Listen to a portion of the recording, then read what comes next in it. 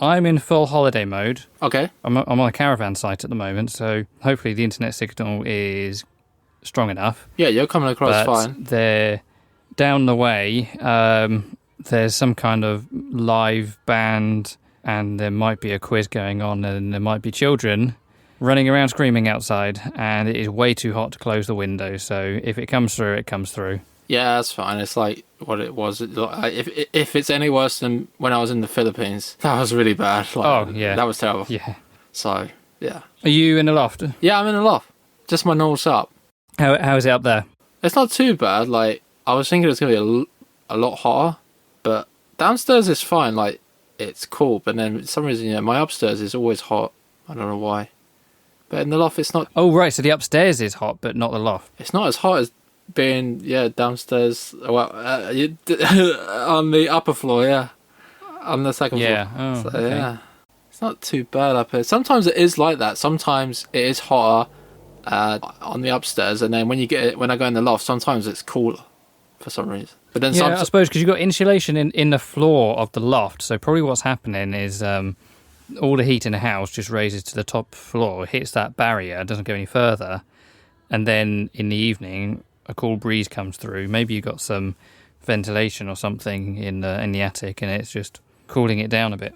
Yeah, because when it comes to like winter time, it definitely near winter time, you can definitely, it's like a nice coldness up here compared to what it is in the rest of the house. So at some point, I'll let you know when it does get to that point where it's just nice. It's just nice, just enough coldness. And it's starting to feel like that, but yeah, it's been hot today, but it's starting to cool down now. But it seems a bit hotter downstairs, so I've had to put a fan on for the kids. So they're just sleeping with a fan on. But anyway, let's talk about Acolyte.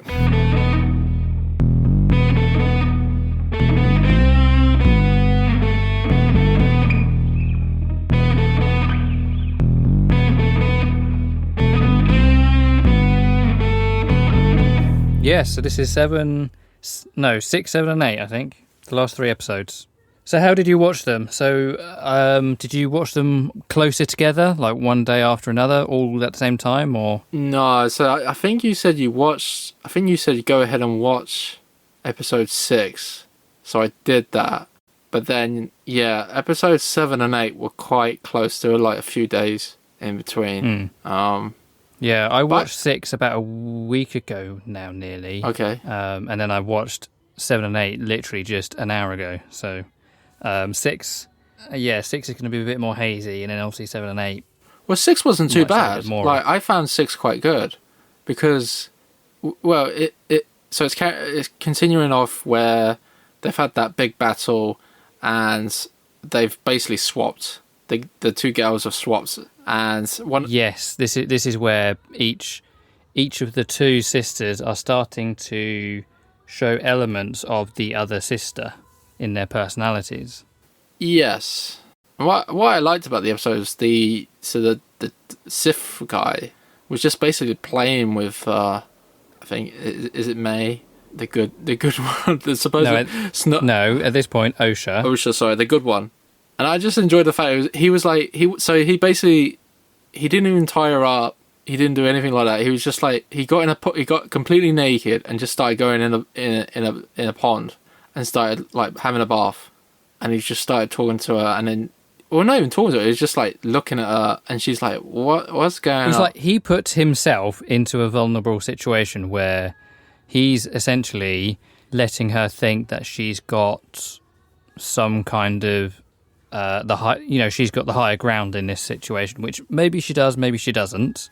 I don't really know the true power of his strength. Well, the thing is, he leaves his lightsaber as well, doesn't he?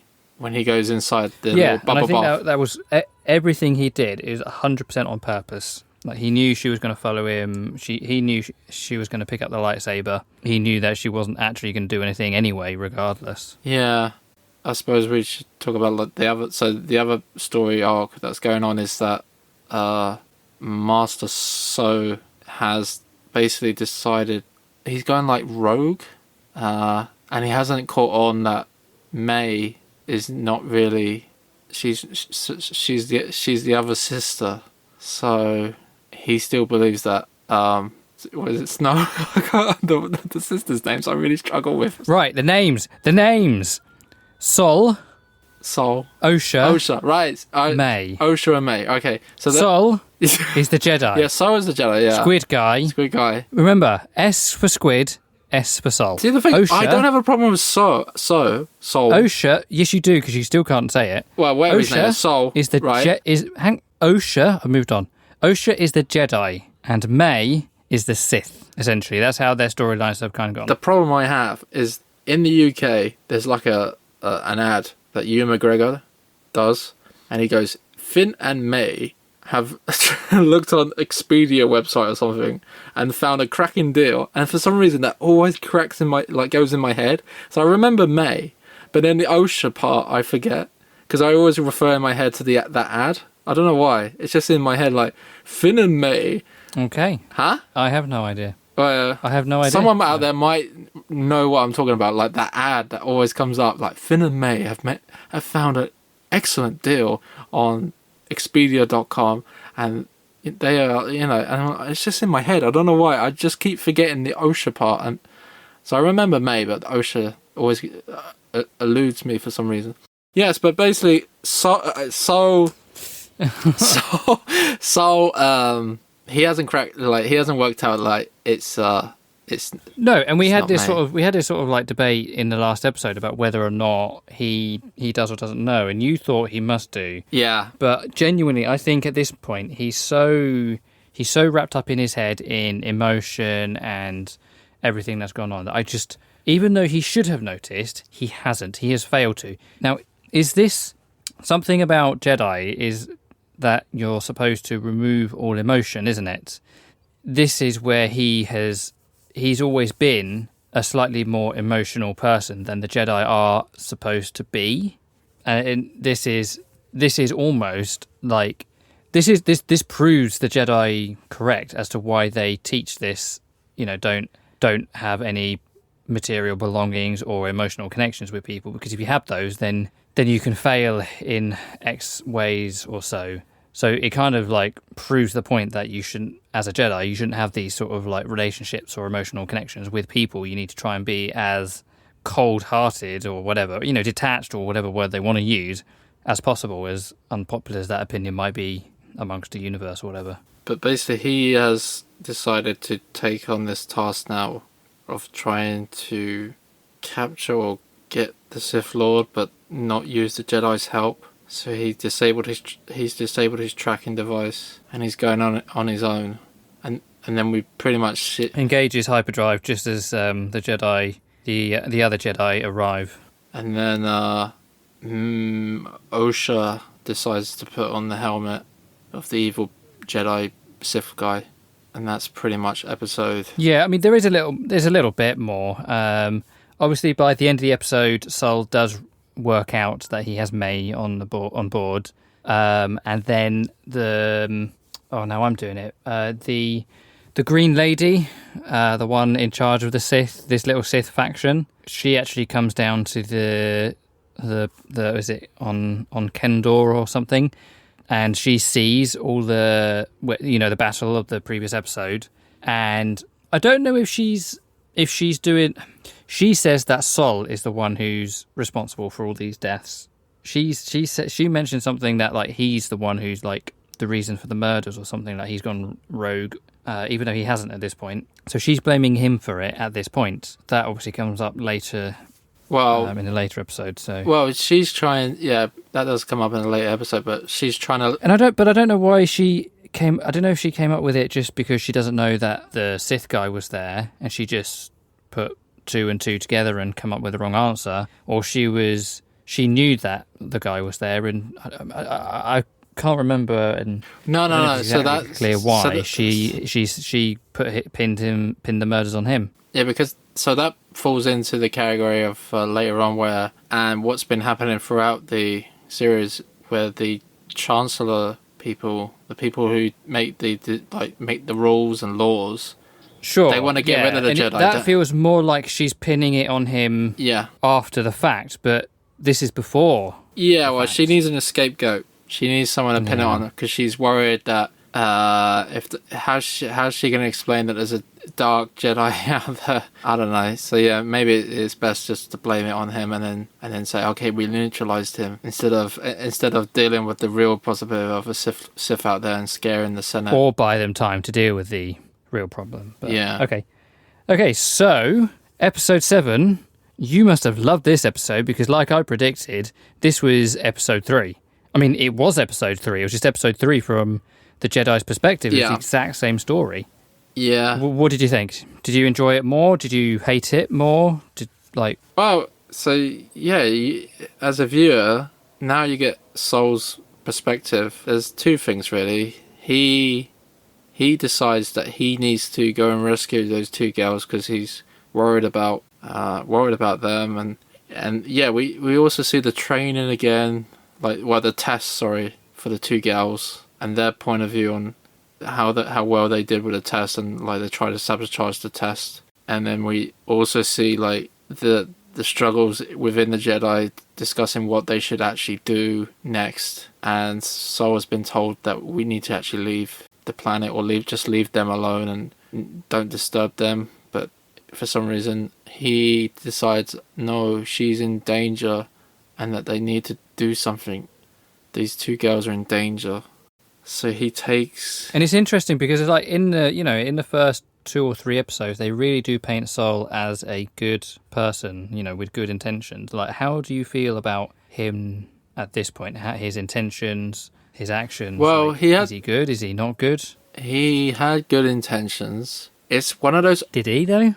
It's one of those awkward ones where, say... I don't know, like... What were his good intentions? Well, okay, let's put it in this perspective. Say that there might be a religion out there that does a certain thing that you totally disagree, and if you could, you would change it. But is it your place to go in and do that? Because you have to kind of... It's like, say, in our world, it's going to another country and saying, oh, what you're doing is really wrong and you shouldn't be doing this. And then he's assuming that the girls are in danger. Yeah.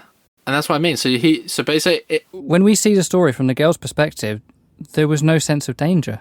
Well, no, he's basically thinks in his head that this girl could be a Jedi and that they're not going to let her become a Jedi because they want to keep her. And one of the things is when it happens, he accidentally kills the mother. She says, I would have let her join you. And that's the kind of revelation that is in his head, like, oh, if I just waited and not tried to intervene and get involved and try and take her away and take the two Jedi away, then... Well, I mean, from his perspective at that point, it looked like she was about to attack. Well, yeah, that's the thing. Well, they did attack that. I still want to go back to the fact that he thought that the girls were in danger, but he didn't know what they were doing. So why would he assume that they're in danger? Just because they're going through a ritual, that doesn't mean that something dangerous is about to happen. It was the ritual, and then he said also that he had a great connection with Osha. He had a exactly. I think it's way more selfish. Yeah. Wow. Yeah. And this is what I'm trying to get to. Is that I don't. He went in for selfish reasons. About episode 3. Yeah. Yeah, but when we were talking about episode 3, and I was talking about what right do the Jedi have to assume all control of the Force users and all that kind of stuff. This just further cements my opinion that these Jedi are overly pretentious and authoritarian about the use of the Force. This Coven of Witches may have had no ill intention, but they're not, because the majority of the Jedi, especially the woman, said, no, we're not to go in. We need to leave the planet now. Because that guy was like, hooray, we get to leave the planet. I'm sick of the tired of this place. And then, actually, if I remember correctly, don't they like all agree that they need to go and take him away or something? Like, but why do they need to take him away? I still don't get why they need to take him away. There you go. It's writers for you, man. But yeah. No, I know that's writers, but I really think this is sort of really good story to question the goodness of the Jedi and the goodness of, do we want to revive the Jedi Knights and all that kind of stuff? Because wholeheartedly, what they've done here has been bad from every level. There was no sign that the girls were in any danger. I had a concern for Osha in that episode because she was forced to do something that she didn't want to do. But I didn't get it. I wasn't concerned for her safety. And there's a difference there. And then Sol, in some ways, pretty creepy. The obsession he has over these 8-year-old girls. Oh, we must get them. And I feel like he's doing it under a guise of, oh, we must test these younglings and see if they're right to be trained by the Jedi and everything. It just doesn't seem... It doesn't seem right that they can go to another planet and enforce their rules on people who just literally don't care about the Jedi and just want to live their lives. We don't know the full extent of what was going on. Who are the witches? What do? Where do they stand in the grand scheme of everything? They did this thing where they created life. Is that a bad thing? Is that any different to people like having children the natural way? Now, maybe there's a threat in 50 years' time. But this is like the Minority Report. Have you seen that? How can you go around and like neutralize the threat before they've done any crimes? Like that's not justice. You can't run a justice system in that way. You have to punish the crimes after they've happened. There are ways that you can mitigate crimes, but you can't assume that some person at the moment who has no motive to do anything. You can't just pick someone off the street and send them to jail for attempted murder because you know that in an hour's time they're going to find out that they're being cheated on or something, and then there's motive for a murder. You can't do that. You have to prevent it in some way or arrest and do justice after the crime has happened. You can't, if the witches are a threat. Go in with the Jedi Force that you need to do what you need to resolve that crisis. You can't go into a group who are basically incredibly insular, just doing what they're doing, and just take control of 2 of their children or whatever. I do remember him now saying the reason why, and he gives that reason to Osha, saying the reason why I did this is because you were made like not in the normal way. You're made by the Force or something like. But that's not a reason to take them away. Why is that? How is that justification? I get that that's a justification to him, but I don't see how that's a justification. That's what he said. I don't know. He had a reason. So yes, okay. So in your head, like Sol, is he a good guy or is he a bad guy? Or is he a flawed good guy? Like, how does he, in your head, like, where does he stand for you? Because for me, he's a Jedi. He's definitely flawed. He's made some mistakes. But I think he's very selfish. I'm not sure he's got the best interest of others at heart. I think he's not pretends to. Yeah, he's not bad. But ultimately, I think he's got selfish intentions where he wants to see people protected so that he feels good. I'm not sure that he is as good as a person as in the particular first 3 to 4 episodes that they were trying to portray him as. Like, how does he stand to you? Yeah, he's definitely not a bad person, but it seems like he's very selfish. But I will say that he did not start the fighting. He did not cause. It wasn't his fault the mother died as well. There was 2 things that were happening. We find out how all the witches got killed. It wasn't due to the fire. It was the fact that they were doing some sort of ritual again on this young Padawan, and his mind got completely taken over. No, it wasn't. It was like a Chewbacca. I forgot his name. A Wookiee. A Wookiee. It was a Wookiee Jedi, wasn't it? And they had a fight. And then the other thing is that the mother, she started doing something. She became like an entity, let's say, like an entity of gas that you could literally see. So he pulls out his lightsaber, and he it's like, oh, what is this? It's gonna kill us if we breathe it. I better just, I don't know, whack it, and it kills her. So then she instantly turns from the entity into her normal self. And he's like, how am I meant to know that was gonna kill you? Why did you turn into gas? Yeah, and I mean, so obviously that is that scene was difficult because it looked like she was potentially going to attack him with this weird entity gas. So obviously he is going to defend himself. Yeah, he puts his lightsaber up, and I don't think he even I think he just had it. He got his lightsaber out in a way and moved it in a certain direction, and it just collided with the gas, and it was like, oh crap, what have I done? Because he was like, oh,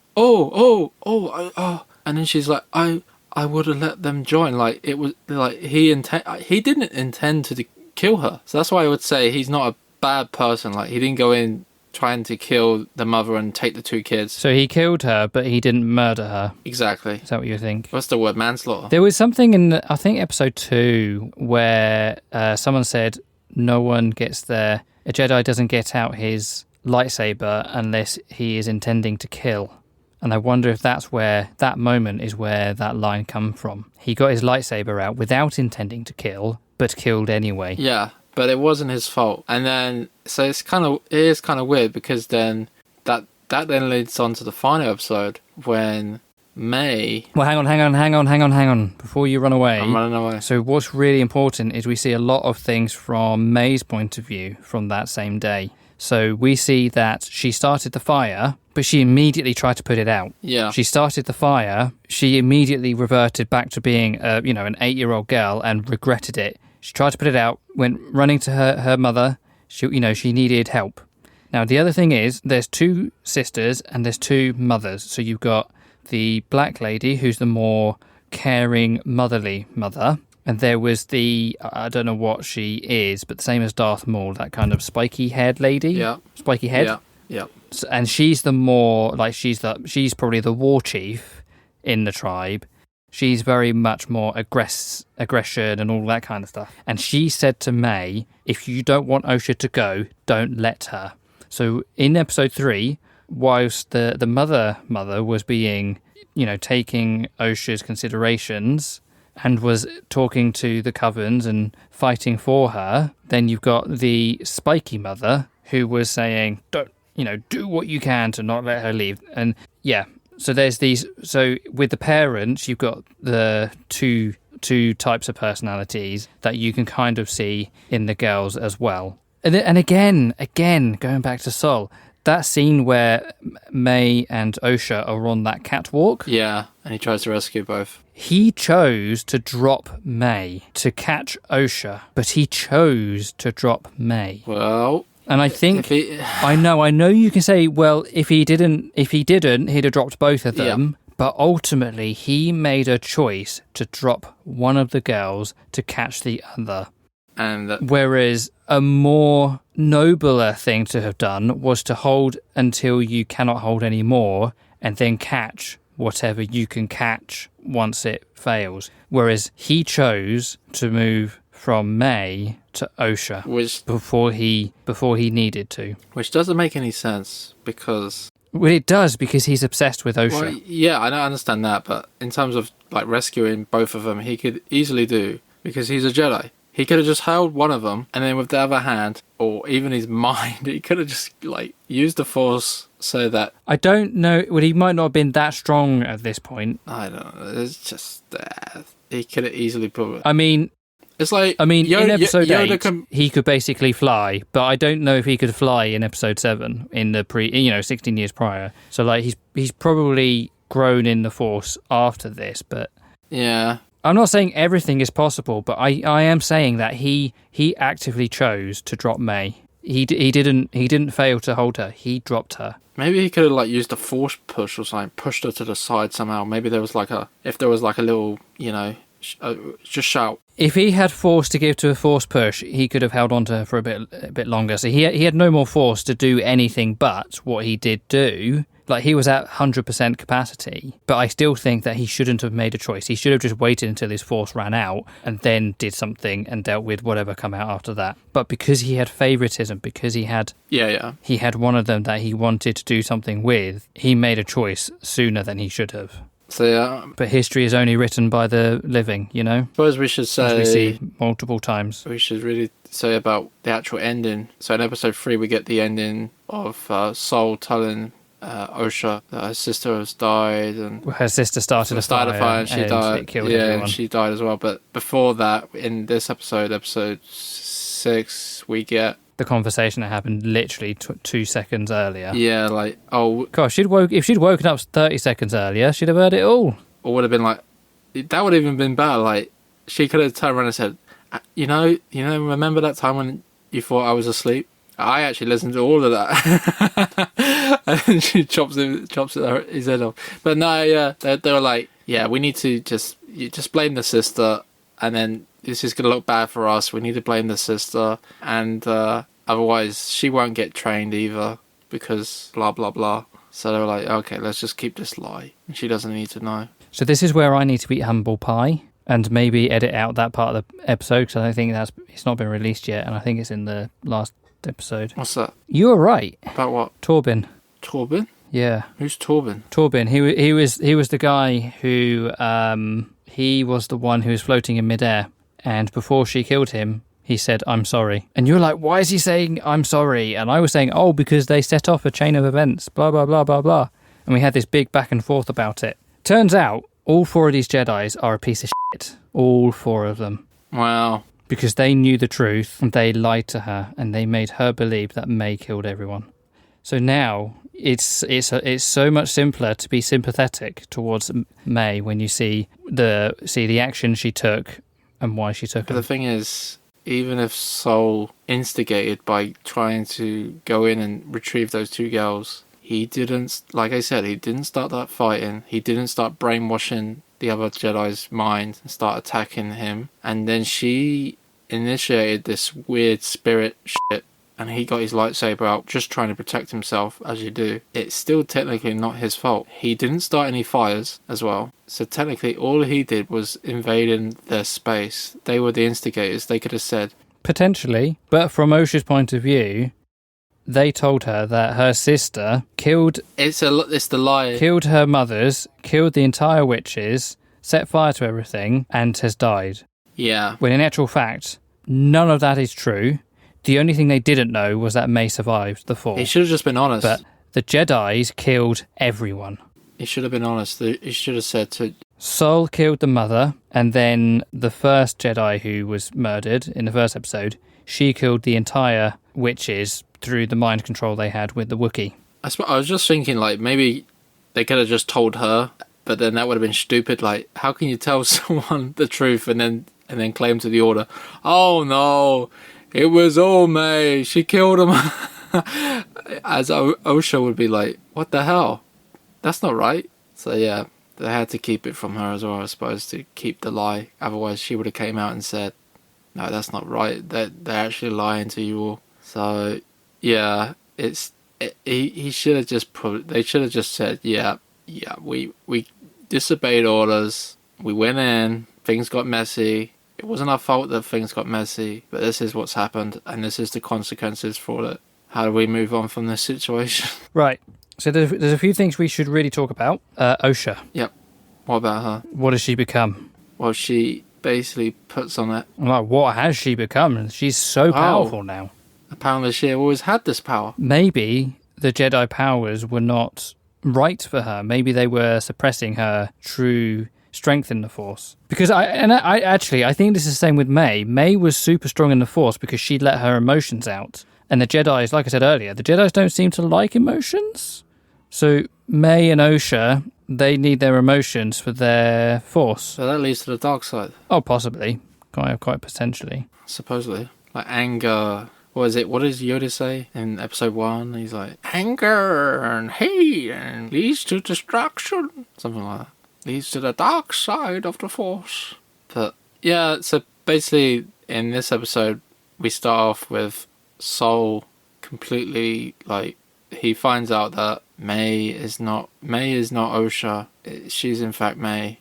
And he ties her to like a bed. He's just restrained her. And she manages to escape with the help. Restrained her, yeah. With the CGI robot thing. For some reason decides to help her. Is it a robot? I can't remember. It's some sort of gimmicky. Why did you bring up the fact that it was CGI? Well, it was, yeah, wasn't it? We're not talking about the production of it. We're just talking about the story. Oh, I am, yeah. That's what I was trying to say. Well, it's not like, CGI in the Star Wars world. It's CGI for the TV show. Fine, it's just a robot. A robot lets her out. Right, like, she's got Pip Pip Boy. And she manages to... What do you mean you don't know why it's decided to help her? She reset it. Yes, she reset it. Yeah. That's her robot now. The robot helps her. This is the thing. So from episode 1 to episode 8, everything has been, I said mirrors in a previous episode, but I would probably change it to an X.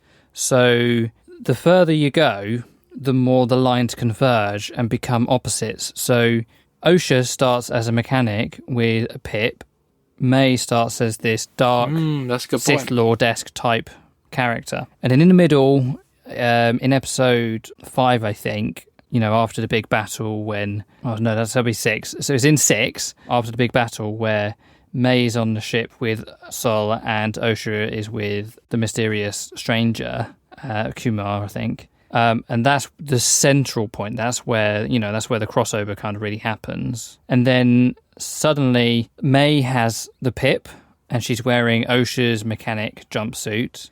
And she has gone from being very emotional to being a lot more open and thoughtful, whilst Osha is being corrupted. As the episode was, I think it was like something and corruption or something. And she's being, drawn to the dark side. Seeing reason with Kumar and questioning the Jedi's motives potentially. And then, eventually just becoming darker and darker, hearing the truths and, eventually doing what she does. Well, before that, so basically May escapes Sol's ship, which I found interesting because her escape pod is like a little ship. Mm-hmm. Where in the other Star Wars, it's always like this escape pod is like a sphere. And it just basically that's it. Like, well, different brands shoots off. Different brands of spaceships have different types of escape pods. True. So she ends up They don't all work the same way. Built by different people, She ends up going through like an asteroid field. Yeah. And Sol's decides, I'm gonna get you. Yeah. Was he about to shoot her ship? He was about to kill her. I stopped this. No, I don't think so. But it certainly looked like it. Basically, and at this point, I still wasn't sure what his motive for actually killing her would be. Well, she's an evil Jedi, but she's not. And he was trying to. I thought he was trying to save them. So I don't think he was trying to shoot her. I mean, he had her in his sights. Yeah, probably scare her. Scare her. But like, look at me, I'm right behind you. I don't know. He probably if he was going to. You don't really announce that you've got lock on target, but yeah. Well, look, if you're gonna, the thing is, if you shoot at that thing, you'll probably end up destroying it. Like, it's so small. Yeah, the most charitable thing is maybe he's got some way of stunning the ship so she can't actually fly it away. But at that point, I don't know what motive he had to actually kill her. Maybe just let her go. It's even if he still wanted favor with Osha, how'd you go to her and say, "Oh, I killed your mum and now I just killed your sister"? How's that going to work? I don't know. Yeah. That scene made no sense to me. He should have just let her land, followed her, and then tried to have another conversation with her like he was trying to. It needed to be there because they needed to pad out the story. Don't get me wrong. It was pretty, and the music was lovely. Yeah, well, it wasn't a bad chase scene, but yeah. Anyway, so yeah, they pretty much all reconvene at the planet, and Sol deactivates his tracking device so the Jedi can track him as well. Reactivates. Yeah, reactivates, sorry. And then we get a fight scene between Sol and the dark guy, the dark Jedi guy, and it looks like it was a good fight. Yeah. It was a very good fight. And that's what I'm saying. So at this point, Sol is really powerful. He literally flew. Kumar, he had, very good fight. Nice lightsaber that splits in two and gives him... It's not quite the double lightsaber, but it's a standard lightsaber and a sort of half saber sort of thing. Yeah, great weapon. So the one thing I know from the sequels, where they had to go from one thing to another thing to another thing to another thing, they had to go collect one of these kyber crystals, didn't they, to make a lightsaber? So the lightsabers that split in two, that's got to have two kyber crystals in, doesn't it? And then you plug them together and it makes one big lightsaber because the two sabers combine or something. Well, I suppose you could probably you could get one crystal and then split it. So if he splits his lightsaber. I don't know, that's never really been done before, so it's like a new thing. But definitely better than the handles that... Kylo Ren. Definitely better than the handles that Kylo Ren had. They make no sense. But yeah, great fight scene. Osha and May reconvene in the burnt out bedroom and they get to talk. And they actually start fighting. Well, they start to talk through things and fight. Osha is a bit too emotional really to receive any stuff. So yeah, she starts fighting, and at this point you can really see. So one thing we know, we hear earlier on, is that these two sisters aren't actually sisters. They're the same person, but in two bodies for somehow. That's how their hair is exactly the same 16 years later, because they're the same person. And you can see this because as they're fighting, they're pulling the exact same moves. They literally cannot fight each other. Hold on a minute. What did you just say? That their hair is exactly the same? Yeah, you complained about how after 16 years is their hair. Why do they look identical after 16 years? But she cut a bit of her hair off to look identical. Yeah. Dun dun dun. No, I'm just... yeah, no, it's a bit stupid. Yeah. So what? It's a bit longer. Like, of course they're gonna have longer hair. Who knows? I don't know. Yeah. Yeah. But anyway, so they. But I suppose if it's to do with the fact that where they're living and what they eat. I suppose. Yeah, it's cultural. You know, they've got the same hair because it's a cultural thing, and they've just kept that going. That's even more weirder, though, isn't it? Like, how could they have the same haircut, even if they're like a double of each other? Like, living in different cultures and living in different environments, you would expect like someone to like age a lot more than the other as well. Like one to look really bad and one to look really good. Unless they've been in an environment where they both look really good, like it's been really good to them. They've managed to do it, and the climate as well. Like, say like one planet is really sunny and the other's like really cold. So you're telling me that they've been living on this like a planet that's like both the same climate as well, and they've had the same kind of foods? I don't know, man. It seems all a bit fishy to me, the way they look identical. But anyway, they're the same person. I don't believe it. As they're fighting, they're pulling all the same moves because that's just how it is happening. There was a brilliant cut where they hit forearms together, and then we cut to the lightsaber battle where they've done the exact same thing where their lightsabers are crossing. And then shortly after, May and Osha kind of come down to join the battle. And then all is revealed to Osha. And she gets mad. She gets proper mad. And I gotta say, I don't know if it's one of the best things that's ever happened in Star Wars or one of the weirdest things that's happened in Star Wars, because she picks up, I think, Sol's lightsaber, and with her anger she changes the colour of the lightsaber from blue to red. Well, okay, so I mean you skipped half of it, right? Sorry, but go on. Okay, so Osha comes out and May basically gets him unwittingly to confess in front of Osha. So Osha can hear it from his own mouth. And then once he confirms it, and then he continues to spin it. Oh, Osha, I did it for your own safety. It was the best thing I could do for you. Utter bullcrock. Guy it's over. And then, hold on. But then he says, you two are not sisters as well. You've been like artificially created as well. Yeah, but like the circumstance of one's birth doesn't change the fact that they had a family and a mother, and he killed one of them, and then his friends killed all of them, and then he continued to lie to Osha for 16 years, blaming her sister for murders and deaths that she had no part of. So regardless of that, thing is, it's the lie that's done it. Like, yes, he didn't go in there intentionally trying to kill anyone. Like, circumstances happened, things got messed up. But it's the fact that he lied, and he lied. It's the fact that the lie has made it so much worse. He's perpetuated it for 16 years. He had her as a Padawan, but he's the one who killed her mum. Like, it's not good on any level. It's not good. And yeah, so she force chokes him, like, you know, better than Darth Vader ever did. Yeah, I missed These that. force users are so much in the past are so much better than the ones later on. She what? Sorry? Yeah. Well, okay. Let's touch on two things. So yeah, she picks up the lightsaber, and his lightsaber's blue, of course, and she gets so angry. It seemed like one of those. Well, you're saying so. The way you're saying it is opposite the way that I think it happened. Okay, go on. So you're saying she changed it to red, but I think what happened is a bit like you were saying earlier. So she force choked using her emotion. And like you said, because I was going to ask you this question actually, but you kind of answered it in a way without realizing it. So emotion and the force, that leads you to the dark side, right? Yeah. So the dark side of the force flows through her, then flows through the lightsaber, and then the dark side of the force. Do you know there was that scene where it was going from blue to red to red to red to red? That was like her being consumed by the dark side of the force. So she hasn't turned it red, but because she's gone from the Jedi force to the Sith force, her lightsaber has changed as a result. It doesn't work like that. Doesn't it? You have to how do they get red lightsabers? You have to find a tilt. You have to physically find a cell that is like a different color. You have to manually create it. Oh, okay. Well, maybe you can create it with the Force, but she didn't change it because she was surprised. The thing is, she didn't. Everyone in that room was surprised when it turned red, including Osha. She didn't change it herself. If you look at the tip of the lightsaber as well, some of it was blue still, if I remember correctly. No, not at the end. No, that scene, it was changing from red to blue. But what happened... Sorry, also what happened...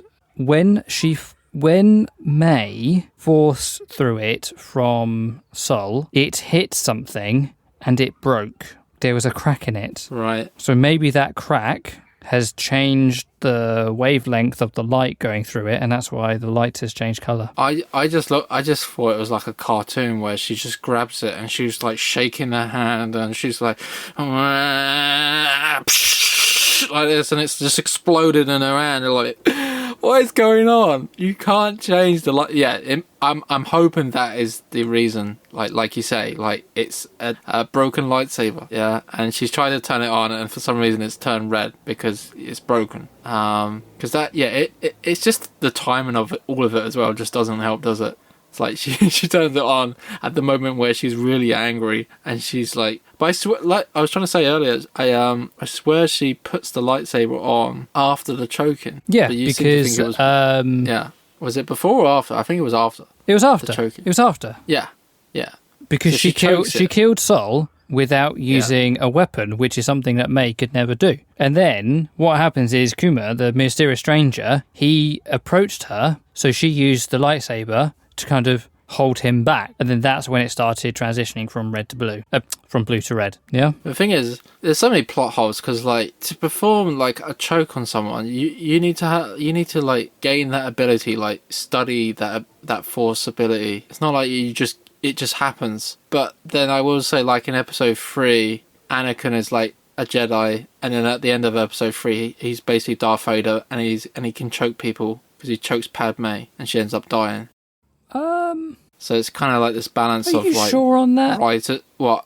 Episode 3? No, are you sure you have to learn how to do everything? Because like, well, yeah, that's the general concept. You have to learn. You don't just like remember Luke in episode 5. Like, okay, right, hang on, hold on, right. So the Jedi way is you have to learn everything because you can't use your emotion. But the Sith way is to use your emotion and let your emotions guide the Force. And that's the danger of the dark side of the Force. The danger of the dark side of the Force is that it has as much control on what's going on as you do, whereas the Jedi version of the Force is much cleaner, but you have to be so much more disciplined. And that fits a lot better with what you're saying and how you're saying it happened in episode 3 with Anakin, because his emotions got the better of him. No, because in episode 3 as well, it kind of contradicts itself in episode 3 as well, where you have Palpatine, who's Darth Sidious, and he's talking to Anakin, and Anakin, he says to Anakin, well, there's an ability that allows even... Because he's basically seen his wife die in childbirth, giving birth to his child. And he tells him there might be a way to recover someone from dying. And this person was like Darth Plagueis, and he had so many abilities that he learned. So in that way, yeah, but there's a difference between learning how to resurrect someone from the dead than there is to go from force punching someone to force strangling them. Like, a strangle versus a punch is like one step on, whereas resurrecting from the dead is like 10 orders of magnitude greater.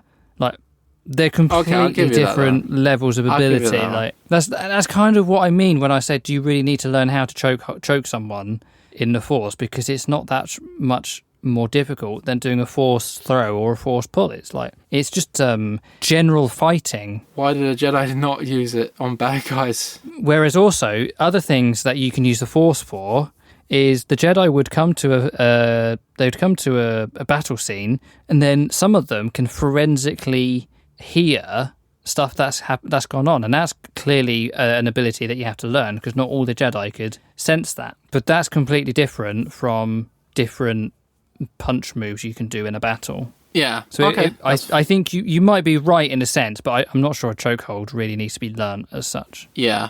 Maybe like something like, let's say, when Darth Sidious does the electrocution. We never saw like Darth Vader do that. We saw Dooku do it. So stuff like that. Like, that would take some time to learn. Yes. Yeah. But yeah, you're probably all right, because like the Jedi have like force push or even Soul. He basically did the thing. It was like a force push. He just basically went exploded. His yeah, he did some crazy tornado move. Yeah, yeah, that's good. But anyway, so Soul dies, and the lady from the Jedi High Council comes by and says, "Oh no, it's you. It's you. I thought it might be you." She recognizes Kuma. And then, yeah, like we said earlier, she starts to blame Soul. He's like the rogue Jedi that's gone out and done this, which doesn't make any sense in a way. Because she is implicated now, because Khmer, I don't know how to pronounce it, Khmer, I think. Khmer is her pupil who has turned rogue. Yeah. So she's pinning everything on Sol for the same reason that Sol blamed it on May.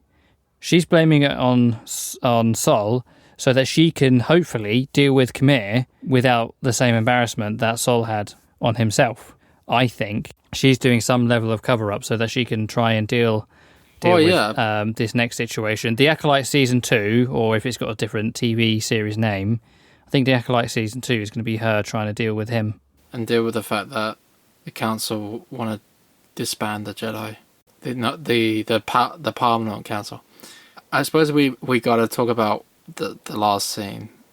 I don't want to get it yet, because there is something I want to talk about, which I've been trying to get in. But right, you didn't like episode 3.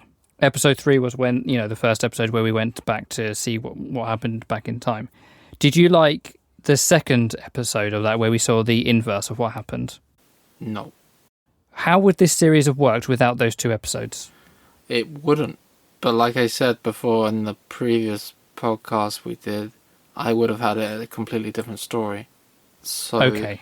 All right. Okay. Fine. I think I'm not going to ask for a completely different story. And I did say, start the season on episode 3. Skip out 1 and 2. Start from episode 3 and maybe carry some of the dialogue from episode 1 and 2 into a scene, so we didn't have to waste so much time, and just have it like start off with them as kids, and then from there we go then to episode 4. That's what I think.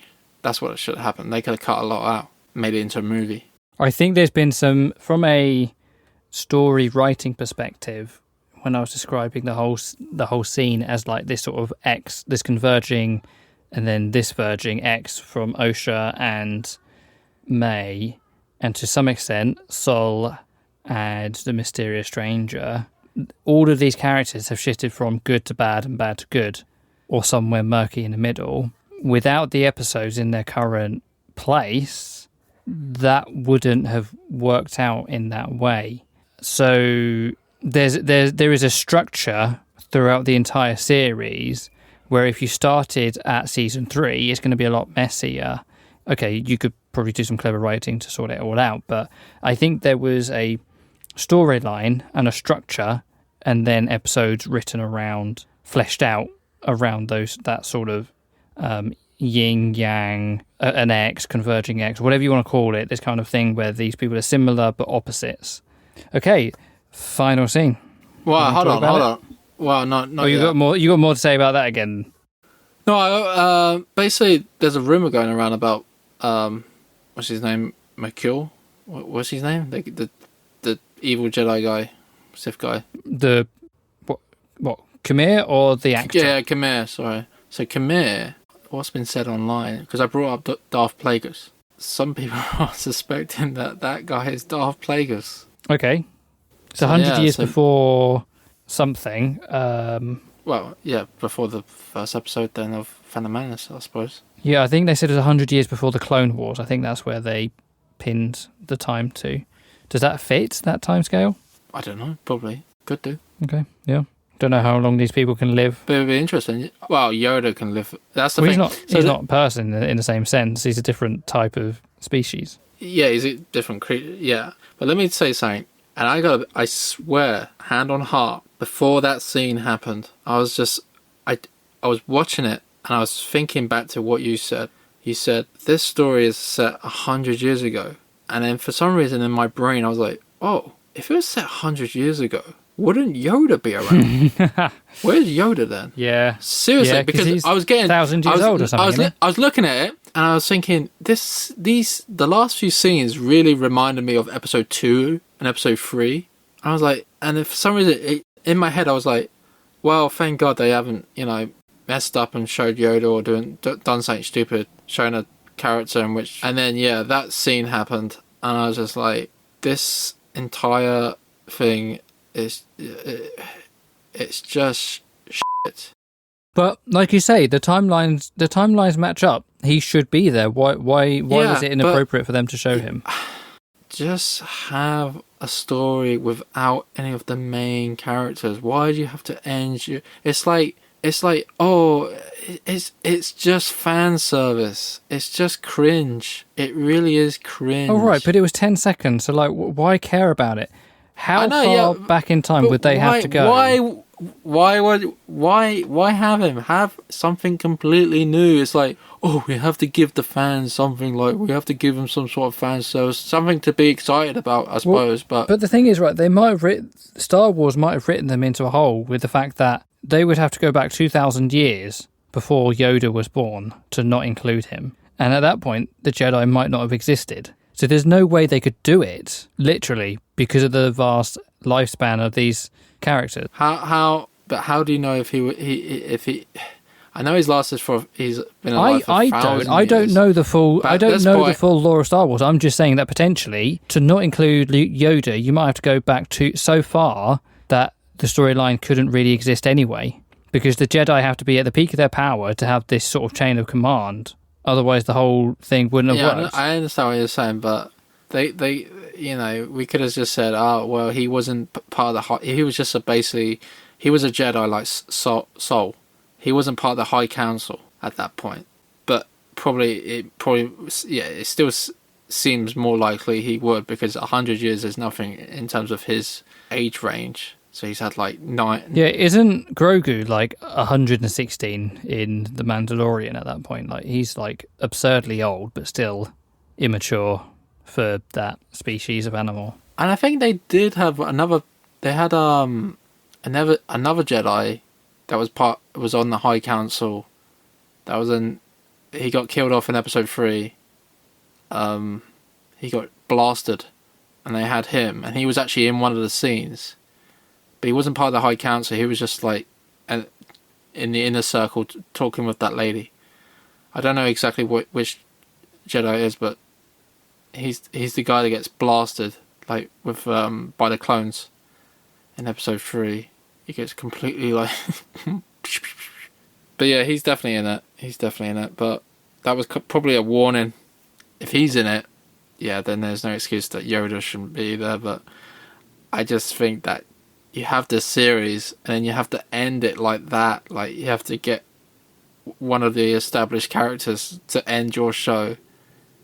It says a lot about the show. It's just tying it into the universe. It's like when you have a Marvel TV show and then Iron Man flies over, or Torchwood and Doctor Who's TARDIS sound effect at the end. Like it's just normal. You can't get too upset. This kind of thing just happens. Yeah, I understand why. Like they got these characters, they got to use them supposedly, but it's just there's no originality. I suppose it's just basically here's these characters again.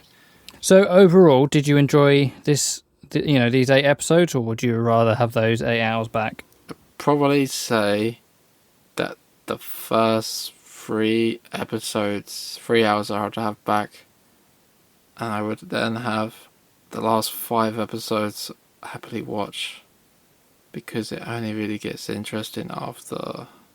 Well, to be honest, I wouldn't have episode 3, but you kind of need episode 3. So I probably need to forget the first 2. Would you not say that as well? Like, would you? No, I didn't. I never said that. I never agreed with you when you said that. The thing is, it is still it is just very disappointing. Like, you've got all this talent and this money, and this is the best they came up with. And a lot of people have been mocking the Squid Games guy, and I don't know if you know this, but he doesn't speak.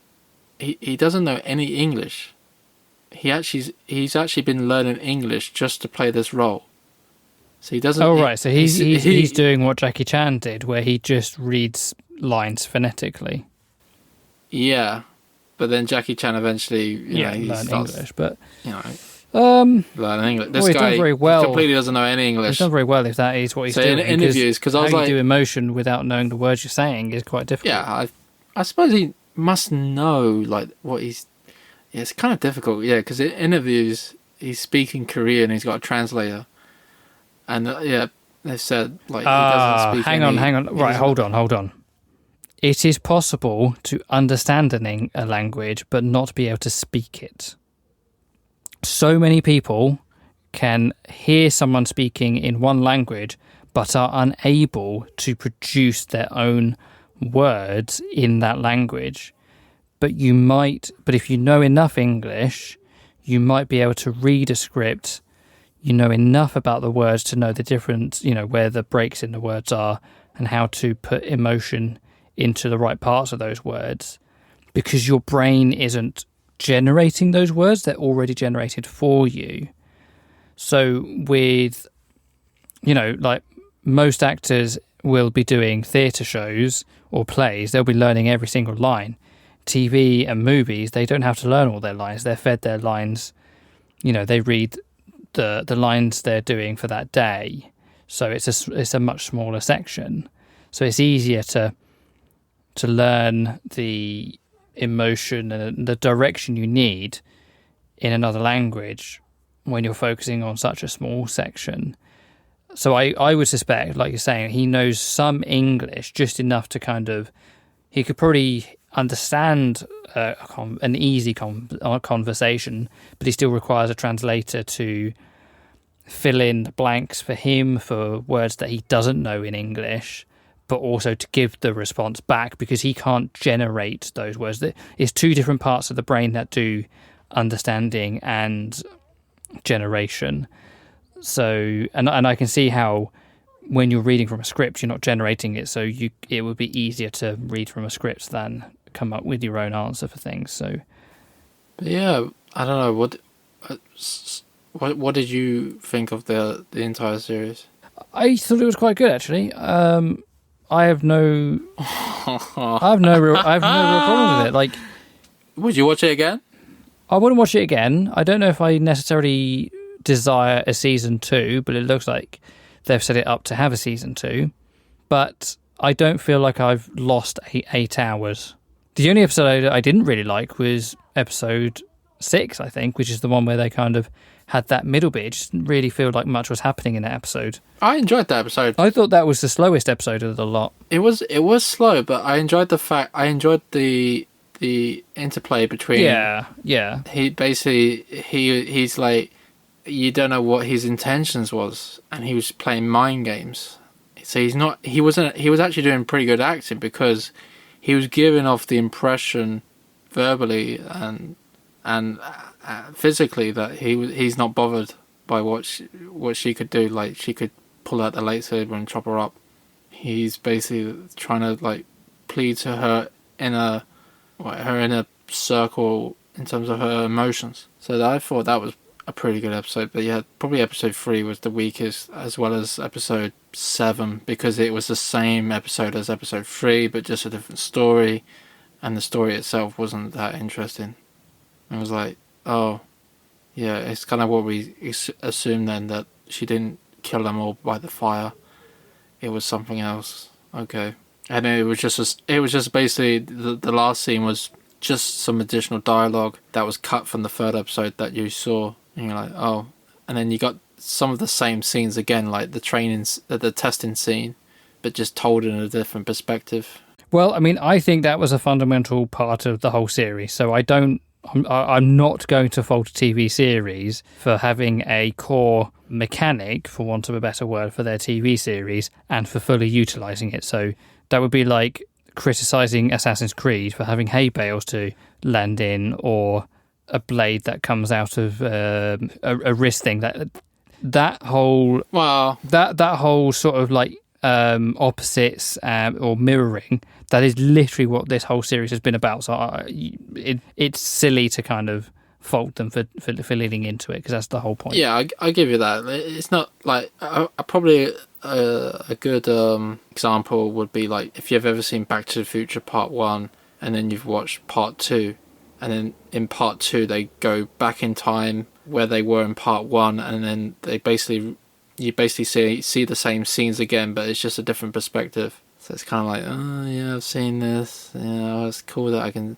But yeah, it is kind of integral to the plot. I'll give you that. But the plot itself is just like, this could have been handled probably better, and everything's just like, oh, it happened because it just happened, and this character is angry and needs to get OSHA because he needs to get OSHA, and we don't really understand his reasons behind it. Anyway, that pretty much wraps up the Acolyte. Don't forget to like and subscribe, and hit that notification bar.